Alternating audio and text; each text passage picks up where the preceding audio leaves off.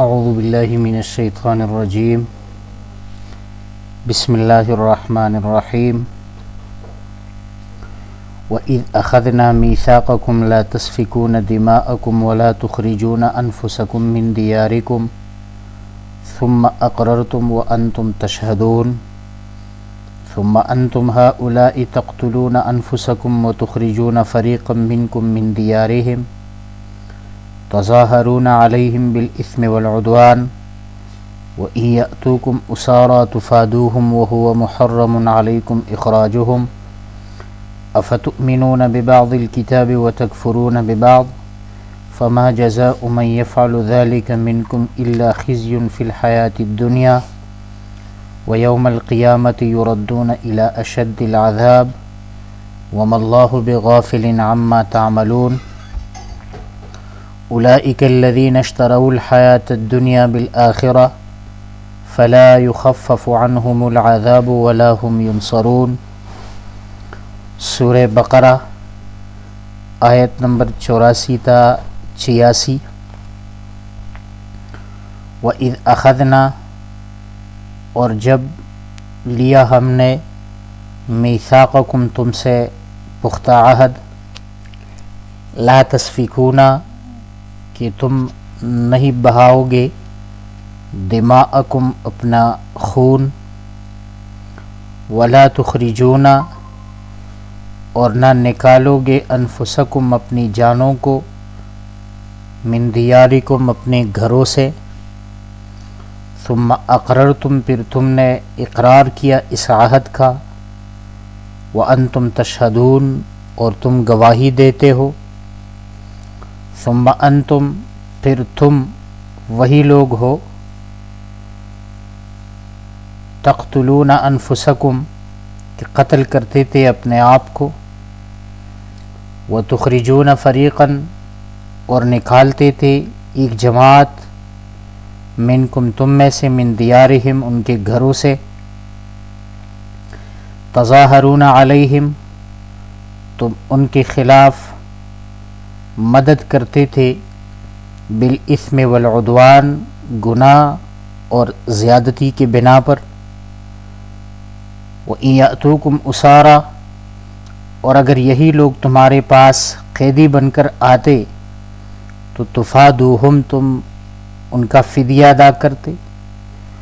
وَهُوَ مُحَرَّمٌ عَلَيْكُمْ إِخْرَاجُهُمْ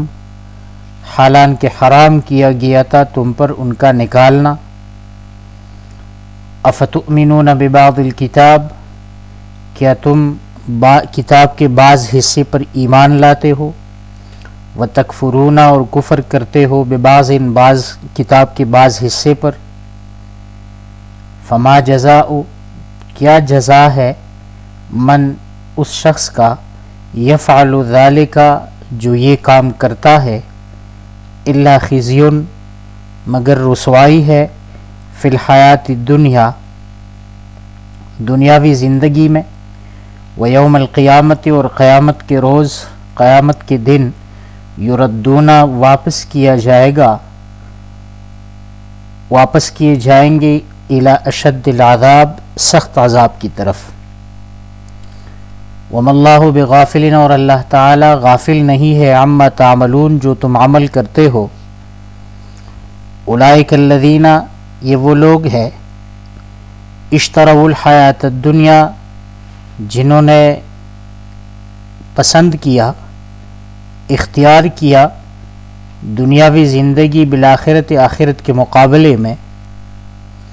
فلا یخفف پس کم نہیں کیا جائے گا،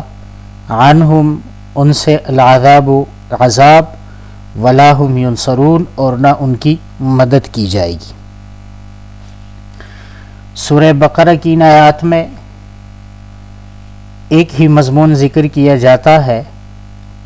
یہ دوسرا وعدہ ہے اور دراصل پہلے وعدے کا تتمہ ہے۔ پہلے وعدے میں ذکر کیا گیا کہ تم سے یہ پختہ عہد لیا گیا تھا کہ اللہ تعالیٰ کی عبادت کرو گے، والدین کے ساتھ اچھا سلوک کرو گے، رشتہ داروں، یتیموں اور مسکینوں کے حقوق کا خیال کرو گے، پھر تم نے اس سے اعراض کیا. یہاں پر بھی ایک وعدے کا ذکر ہے، اور وعدے کی تفصیل کچھ یوں ہے کہ مدینہ منورہ میں دو قبیلے مشہور یہ اوس اور خزرج کے رہتے تھے. یہ اوس اور خزرج کے دونوں قبیلے یہ مشرکین تھے. اس کے ساتھ یہود کی بھی 3 قبیلے آباد تھے، بنو قریظہ، بنو نذیر اور بنو قینقاع.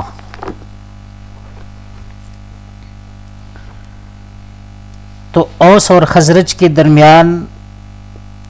ایک دشمنی تھی اور عداوت تھی. اس کے بنا پر وہ کبھی کبھار ایک دوسرے سے لڑتے تھے اور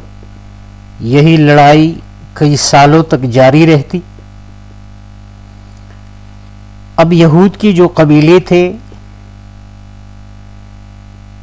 ان میں سے ایک قبیلہ بنو قینقاع یہ خزرج کے معاہد اور حلیف تھے، یعنی ان دونوں کے درمیان دوستانہ تعلقات قائم تھے. خزرج مشرکین اور بنو قینقاع یہ یہود کا قبیلہ تھا، اور بنو نذیر اور بنو قریظہ یہود میں سے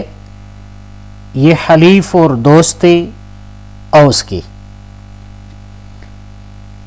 تو جب اوس اور خزرج کے درمیان کوئی لڑائی ہوتی تو بنو قینقاع یہ اوس کا ساتھ دیتے اور بنو نذیر اور بنو قریظہ یہ خزرج کا ساتھ دیتے. اب ظاہری بات ہے کہ اوس اور خزرج میں جب لڑائی اور جنگ ہوتی تو دونوں میں سے ایک قبیلہ غالب آ جاتا اور دوسرا قبیلہ ایک کمزور پڑ جاتا.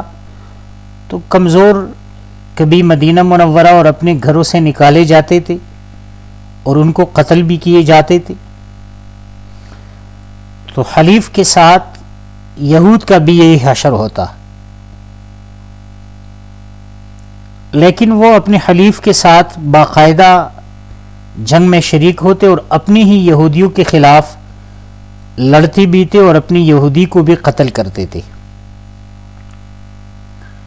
لیکن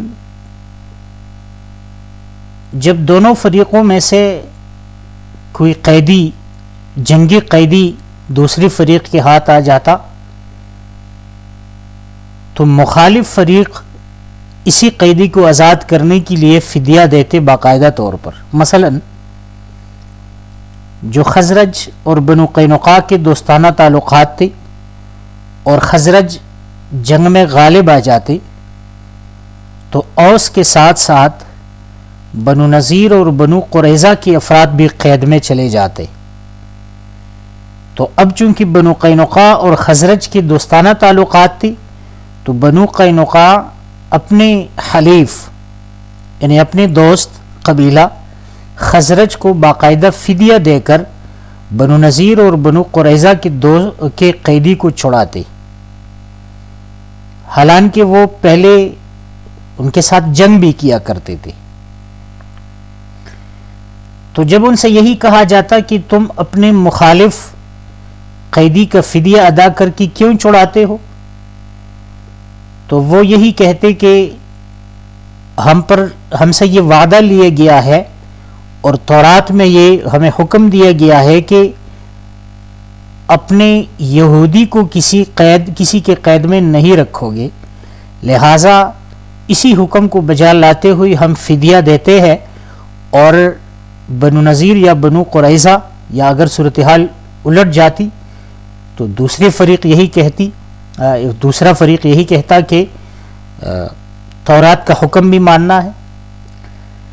لیکن جب ان سے یہی سوال کیا جاتا کہ چلو یہ بات تو ٹھیک ہے، تورات میں یہ بات ذکر ہے کہ تم اپنے قیدی کو مشترکہ طور پر آزاد کرو گے، لیکن تورات میں تو یہ حکم بھی ہے کہ ایک دوسرے کو قتل بھی نہ کرو گے اور ایک دوسرے کو گھروں بیسی سے بھی نہیں نکالو گے، تو اس حکم کا کیا ہوگا؟ یہ دو احکام کی خلاف ورزی کیوں کرتے ہو؟ تو یہ عذر کرتے کہ کیا کرے، بس حلیف ہے، دوست ہے، تو اس کے ساتھ مدد بھی کرنا، یہ معاہدہ ہم نے کیا ہے تو اس معاہدے کا خیال بھی رکھنا ہے۔ تو ان تینوں آیات میں یہی ذکر ہے کہ یہ لوگ اپنے فائدے کو دیکھتے ہیں، اگر کہیں پر فائدہ نظر آئے تو پھر اللہ تعالیٰ کا حکم اگر نہ مانے تو کوئی مشکل نہیں ہے، لیکن جہاں پر فائدہ ہو تو اپنے فائدے کا کام جو ہے وہ کرتے ہیں۔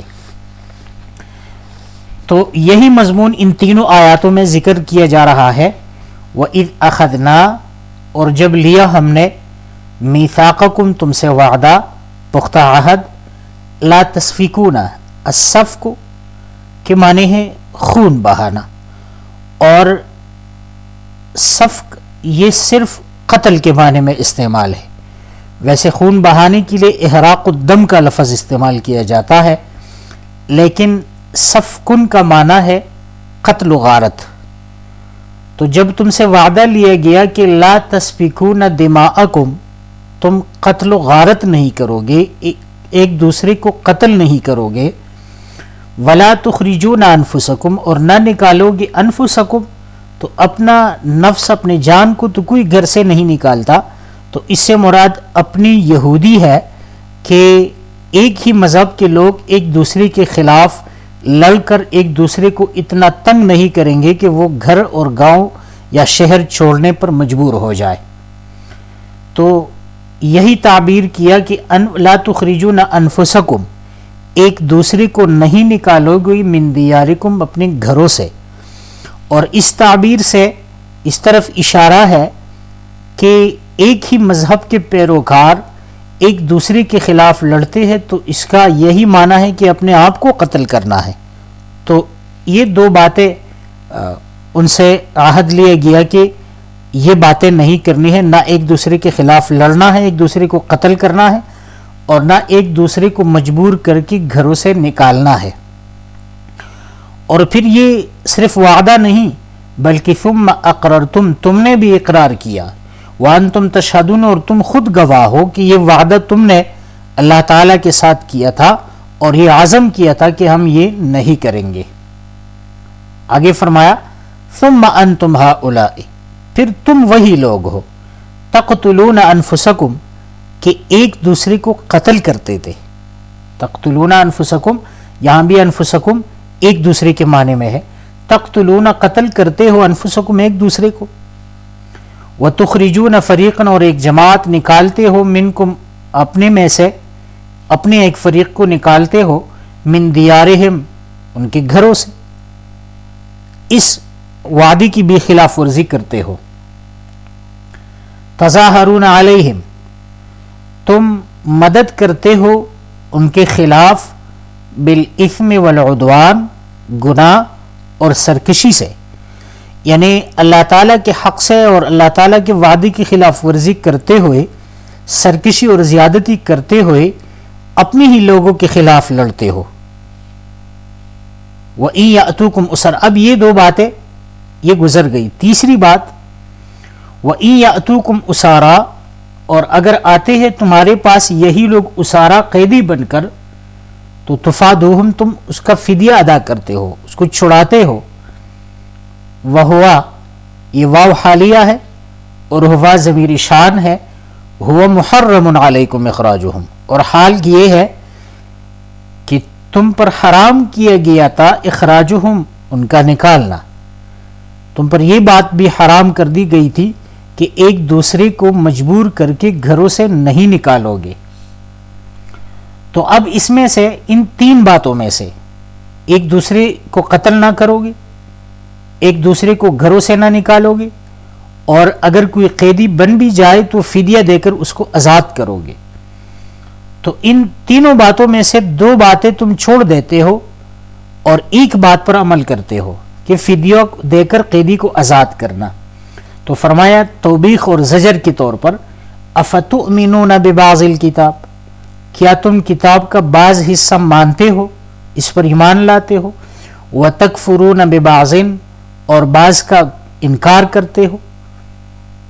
قیدی چھڑاتے ہو کہ یہ تورات میں ذکر تھا، لیکن قتل کرتے ہو اور گھر سے نکالتے ہو،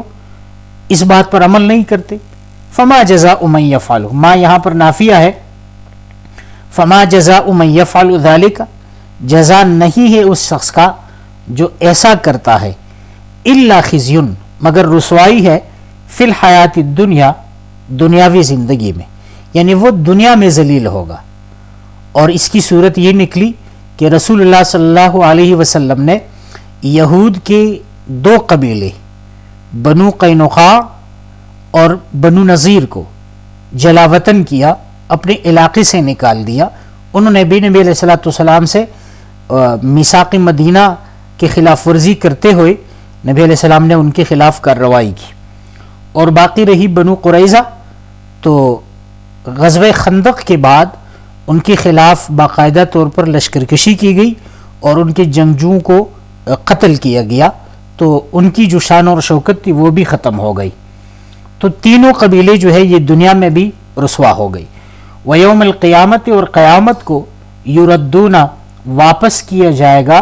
واپس کیے لوٹائے جائیں گے یہ لوگ الی اشد العذاب، سخت ترین عذاب کی طرف، یعنی جہنم میں ڈالے جائیں گے. وما اللہ بغافل عما تعملون، اب یہ تو دل کی بات ہے، تو اللہ تعالیٰ نے فرمایا وما اللہ بغافل عما تعملون، جو تم عمل کرتے ہو یہ سب اللہ تعالیٰ اس سے غافل نہیں ہے، بلکہ اللہ تعالیٰ کے علم میں ہے، اور اسی پر تم کو قیامت کے دن سزا دی جائے گی. آگے یہی سبب بیان کیا جا رہا ہے کہ کیوں یہ کرتے تھے. تو اولئک الذین، یہ وہ لوگ ہیں اشتروا الحیات الدنیا، اشترا کی شراء کے معنی ہے خرید لینا، اشتروا الحیات الدنیا، انہوں نے خرید لیا، دنیا کی زندگی خرید لی، بالآخرت، آخرت کے مقابلے میں. تو اب یہ صورتاً ہے، مجازاً اس کو اشتراء اور بیع اور بیچنے اور خریدنے کے معنی میں یہاں استعمال کیا، تو اس کو مجازاً تعبیر کیا. اشتروا الحیات الدنیا، انہوں نے لے لیا، حاصل کر لیا، پسند کر لیا دنیا کو، دنیاوی زندگی کو، بالآخرت، آخرت کے مقابلے میں. تو اب فلا یخفف عنہم العذاب، ان سے عذاب کی تخفیف نہیں کی جائے گی. اللہ تعالی عذاب دینے والا ہے تو وہ عذاب جو ہے وہ کم نہیں کرے گا. ولا ہم ینصرون، اور نہ ان کی مدد کی جائے گی، یعنی کوئی دنیا میں اوس اور خزرج سے کا ساتھ دیتے ہوئے انہوں نے جو اپنے لوگوں کے خلاف تلوار اٹھائی اور ان کو قتل کیا، تو وہی اوس اور خزرج اپنے قبیلے کی مدد جو ہے وہ نہیں کر سکیں گے وہ لوگ. لہٰذا نہ اللہ تعالیٰ کی طرف سے کوئی عذاب کی تخفیف ہوگی، اور نہ ہی ان کی مدد کی جائے گی. اپنے حلیف اور اپنے دوست یا دنیا میں جو بھی ہو، قریبی رشتہ دار ہو یا جو بھی طاقت ہو، تو ان کی مدد جو ہے نہیں کر سکیں گے. وَإِذَا أَخَذْنَا مِيثَاقَكُمْ، اور جب ہم نے لیا پختہ وعدہ تم سے، لَا تَسْفِكُونَ دِمَاءَكُمْ، کہ تم ایک دوسرے کا خون نہیں بہاؤ گے، وَلَا تُخْرِجُونَ أَنفُسَكُمْ، اور نہ نکالو گے ایک دوسرے کو، من دیارکم، اپنے گھروں سے، ثم اقررتم، پھر تم نے اقرار کیا اس عہد پر، وانتم تشہدون، اور تم گواہ تھے، مانتے ہو یہ بات کہ یہ وعدہ آپ نے کیا تھا. ثم انتم ہؤلاء، پھر تم وہی لوگ ہو، تقتلون انفسکم، کہ قتل کرتے ہو ایک دوسرے کو، وتخرجون فریقا،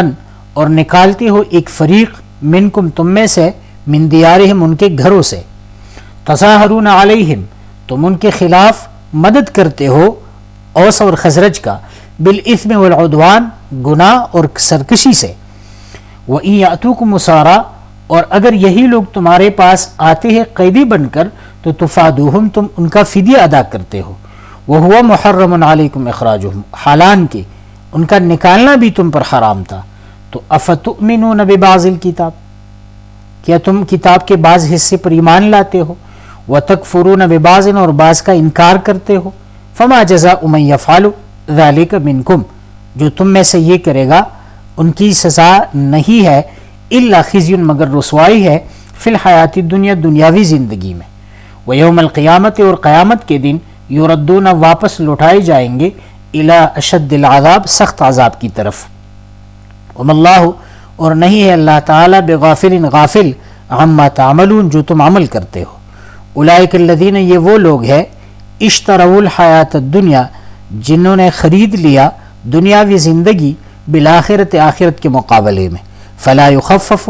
تو کم نہیں کیا جائے گا ان سے عذاب ولا هم ینصرون اور نہ ان کی مدد کی جائے گی. جی تو انہی آیات سے متعلق یہی مختصراً بات ہے. اس سے متعلق اگر کسی کا کوئی سوال ہے تو کر سکتے ہیں.